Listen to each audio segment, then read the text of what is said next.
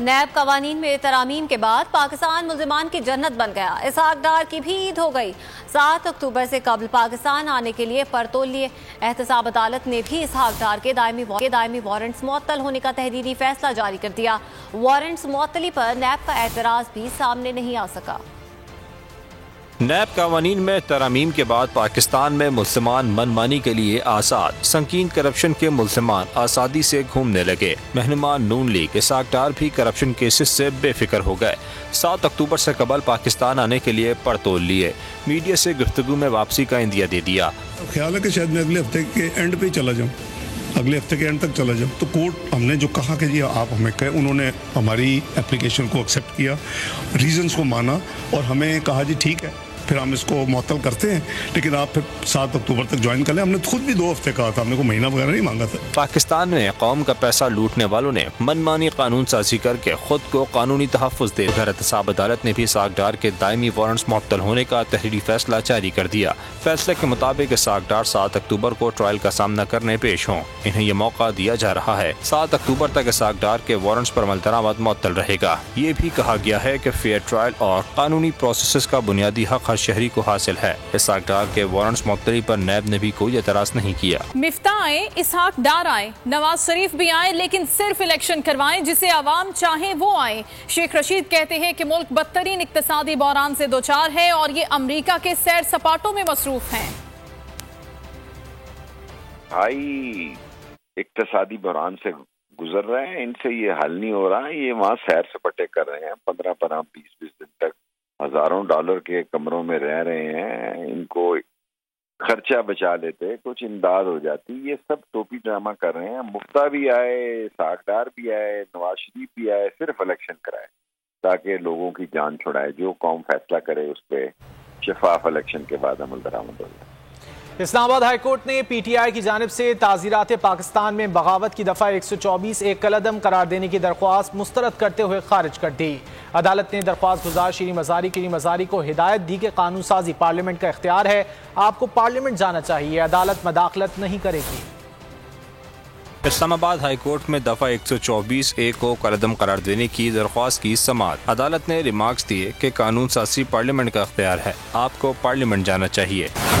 Chief justice ستن من اللہ کا کہنا تھا کہ سب کو پارلیمان پر اعتماد کرنا چاہیے۔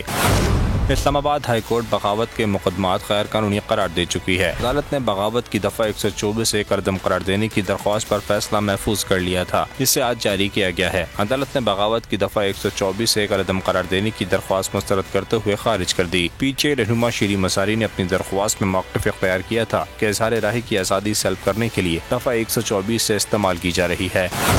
تنقید اور اظہار رائے کو دبانے کے لیے بغاوت کے مقدمات کا سہارا لیا جاتا ہے۔ بغاوت کی دفعہ آئین پاکستان میں دیے گئے بنیادی حقوق سے متصادم ہے، اسے قلعدم قرار دیا جائے۔ خبروں کے سلسلے کو آگے بڑھاتے ہیں۔ کینیڈین نژاد اہلیہ سارہ قتل کے ملزم شاہنواز امیر کا 2 روزہ جسمانی ریمانڈ دے دیا گیا ہے۔ عدالت نے شاہنواز کے والدین کے وارنٹ گرفتاری بھی جاری کر دیے۔ پولیس کے مطابق ملزم نے اپنی کینیڈین نژاد اہلیہ کو بیرون ملک سے بلا کر قتل کیا۔ ڈسٹرکٹ اینڈ سیشن کورٹ اسلام آباد میں کینیڈین نژاد سارہ کے قتل کیس کی سماعت۔ پولیس نے مقتولہ کے شوہر شاہنواز امیر کو عدالت میں پیش کیا۔ تفتیشی آفیسر نے عدالت کو بتایا کہ ملزم شاہنواز نے باہر سے بلوا کر اپنی اہلیہ کو بے دردی سے قتل کیا۔ ملزم کے وکیل نے کہا یہ بلائنڈ مرڈر ہے اور قتل صرف الزام کی حد تک ہے۔ کیس میں پہلا ریمانڈ ہے جس پر کوئی اعتراض نہیں۔ پولیس نے ملزم کے 10 دن کے جسمانی ریمانڈ کی استدعا کی اور کہا کہ ملزم سے برآمدگی کرنی ہے۔ اس نے اپنی کینیڈین نژاد اہلیہ کو بیرون ملک سے بلا کر قتل کیا۔ عدالت نے پولیس کی استدعا مسترد کر کے صرف 2 روزہ جسمانی ریمانڈ منظور کر لیا۔ تفتیشی آفیسر کی درخواست پر عدالت نے ملزم شاہنواز کے والدین کے وارنٹ گرفتاری بھی جاری کر دیے۔ ایف آئی آر کے مطابق ملزم نے جھگڑے کے دوران بیوی کو ورزش کے ڈمپل کے وار کر کے قتل کر دیا تھا۔